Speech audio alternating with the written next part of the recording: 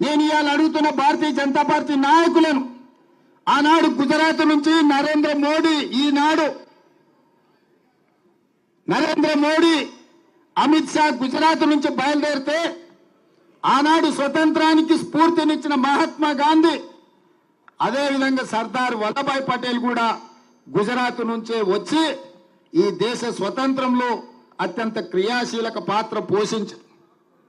ఆనాడు స్వతంత్ర పోరాటంలో ప్రపంచంలోనే గుజరాత్కు ఒక గొప్ప గుర్తింపు, గౌరవాన్ని మహాత్మా గాంధీ గారు, వల్లభాయ్ పటేల్ గారు తీసుకొస్తే 2014లో అదే గుజరాత్ నుంచి ఇవాళ నరేంద్ర మోడీ, అమిత్ షా బయలుదేరి ఎంత అంతరం, ఎంత వ్యత్యాసం! ఆ ఇద్దరిని చూస్తే ప్రపంచమే నమస్కరించే విధంగా ఉంది.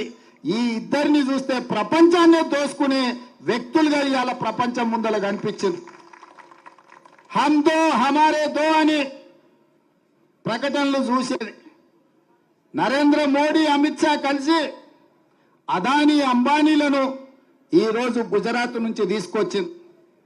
ఈరోజు గుజరాత్ నుంచి వచ్చిన ఒక నలుగురు, నరేంద్ర మోడీ గారు, అమిత్ షా గారు, అదానీ గారు, అంబానీ గారు, ఈ నలుగురు ఈ దేశాన్ని చేతబట్టి దుష్ట చతుష్టయం ఈరోజు ఈ దేశాన్ని దోసుకుంటున్నారు.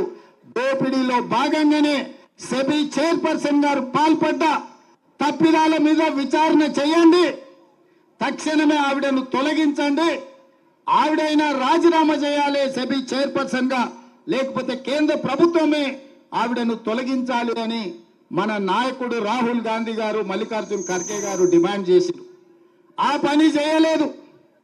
ఆ పని చేయనప్పుడు జరిగిన అవకతవకల మీద లోక్సభ, రాజ్యసభలో జాయింట్ పార్లమెంటరీ కమిటీని వేయండి అని కాంగ్రెస్ పార్టీతో పాటు ఇండియా కూటమి డిమాండ్ చేసింది.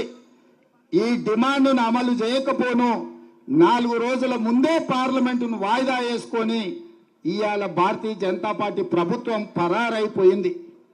అందుకే ఈరోజు ప్రజల దగ్గరికి వెళ్ళి ప్రజల సంపద ఏ విధంగా లక్షలాది కోట్ల రూపాయల దోపిడీ జరిగిందో ఈడీ కార్యాలయాల ముందు ఈడీ విచారణ జరగాలి. ప్రతి రాష్ట్రంలో ఈడీ అధికారులకు మీరు రిప్రజెంటేషన్ ఇచ్చి ఈ జరిగిన వేల లక్షల కోట్ల రూపాయల దోపిడీ మీద ఈడీ విచారణ జరగాలి, మీరు వెళ్ళి నిరసన తెలపండి అని చెప్పి మన పార్టీ అధ్యక్షుడు పిలిపించాడు. ఈరోజు మనమందరం ఈడ కాంగ్రెస్ పార్టీ అధ్యక్షుడు పిలుపు మేరకు ఈడీ కార్యాలయం ముందు గంటల కొద్దీ నిరసన తెలిపి ఈరోజు దేశ ప్రజలకు మనం చెప్పదలుచుకున్నాం, ఈ జాతి సంపద పేదలకు చెందాల్సింది కేవలం 2 వ్యక్తులకు దోషపెడుతున్నారు. మరో 2 వ్యక్తులన్న సంగతి ఇవాళ ప్రపంచానికి చెప్పాలి, ప్రపంచానికి తెలవాలి అని ఈరోజు మనం నిరసన కార్యక్రమంలో కూర్చున్నాం.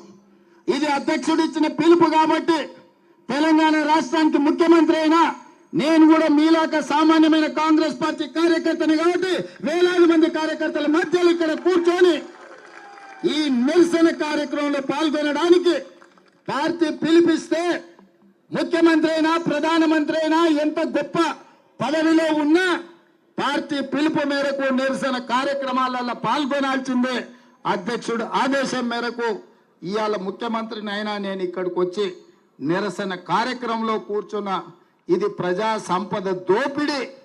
ఈ దోపిడీని అడ్డుకోవాల్సిన బాధ్యత ప్రతి కాంగ్రెస్ పార్టీ కార్యకర్త మీద ఉన్నది.